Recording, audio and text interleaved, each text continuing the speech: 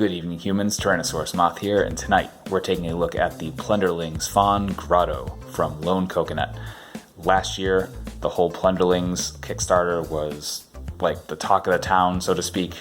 Everyone was talking about them, especially a lot of the top reviewers, and they always look super fun. I got to admit that the initial run, it looked fun, but it really wasn't my thing. However, the fawns are very much a point of proof that if you add horns and make them ungulagrade, I will be all about it. Also, if they're red and or purple, naturally. So with that being said, let's get into this. Let's do it.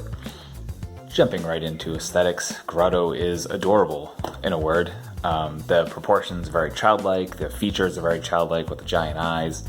All the different heads have these mischievous grin. Get more into that in the accessories section of the review, but just really well done. There's actually a note in the box noting that these are all hand painted with care, and that is very obvious from the second you get one of these in hand.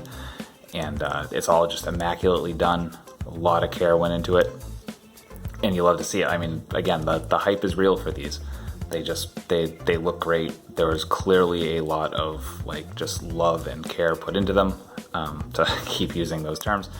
And yeah, just everything's super clean. So you will get a little bit of paint chipping. It's usually the extra paint here and there as you're moving it around. The note in the box also mentions that you should heat them up first, which I did with mine. So everything's kind of really nice and moving around. And yeah, I mean, it's just they fit in with a lot of different stuff because they look a little cartoony, but you can totally sneak these into comic displays and stuff of that nature. So really well done and very versatile. For accessories, Grotto is pretty straightforward, which is kind of nice. And we got a little flute, which I believe all the Plunderlings come from. Correct me if I'm wrong there. This is the only one I have. We got this beautifully painted sword. I mean, the paints they use for those metallics just really shine and look fantastic. Then we get two sets of hands. We get two splayed out hands, which I have on Grotto right now, and then two gripping hands. As you can see, fingernails painted beautifully. And then we finally get three different heads. We get one with a closed mouth smile. Then we get your closed teeth grin, very mischievous looking. And then when things get a little more intense, we got the mouth slightly open grin. And again, just all beautifully painted, all really just well done.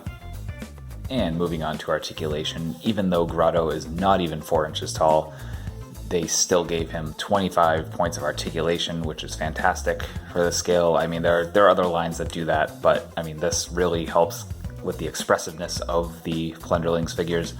So going top to bottom, we have a ball hinge up in the head. I'm sure you can see that there. So you get all sorts of movement there. You can get all sorts of look down, look all the way up, get some flying poses if you want. Shoulders come up that high.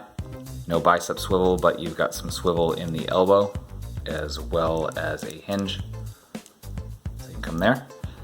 The hands have a hinge and can go around.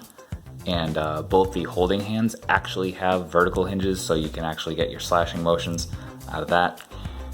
You get a diaphragm joint, which is a ball. But due to the way the body is molded, you can't get all the way around, or that's about as far to the side as you're going to get. Coming down to the hips, we got pretty decent splits for a figure this size and not a lot of room to put that sort of thing in. You get a thigh swivel. You get double jointed knees with some fantastic range. And then you got the feet, which are also on a hinge. So you can come forward, come back to straight. No, that's probably not showing up because I'm blocking the light. And then you got your rocker, so you can get some pretty good poses there. And that is articulation. And for size comparisons, here he is with some Hasbro stuff. And here he is alongside some NECA stuff. Here he is with a bunch of old school and one modern take on an old school figure. And finally, an Articulated Icons Ninja and me as an Articulated Icons Ninja. So there you have Plunderlings Fawn Grotto, a super fun and adorable figure that works with a whole bunch of different lines and can just be displayed anywhere on your desk with again, various different lines on your shelf or just wherever, like really fun to pose around. So really it's just like, it's fun. And I think that's what they were going for. They absolutely nailed it.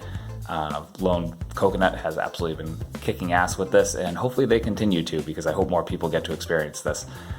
So that being said, the fawns are sold out. However, I will include links below. Big Bad Toy Store actually has the initial wave of these back up for pre-order at the moment. So I will link to that page that has all the Plunderlings on it.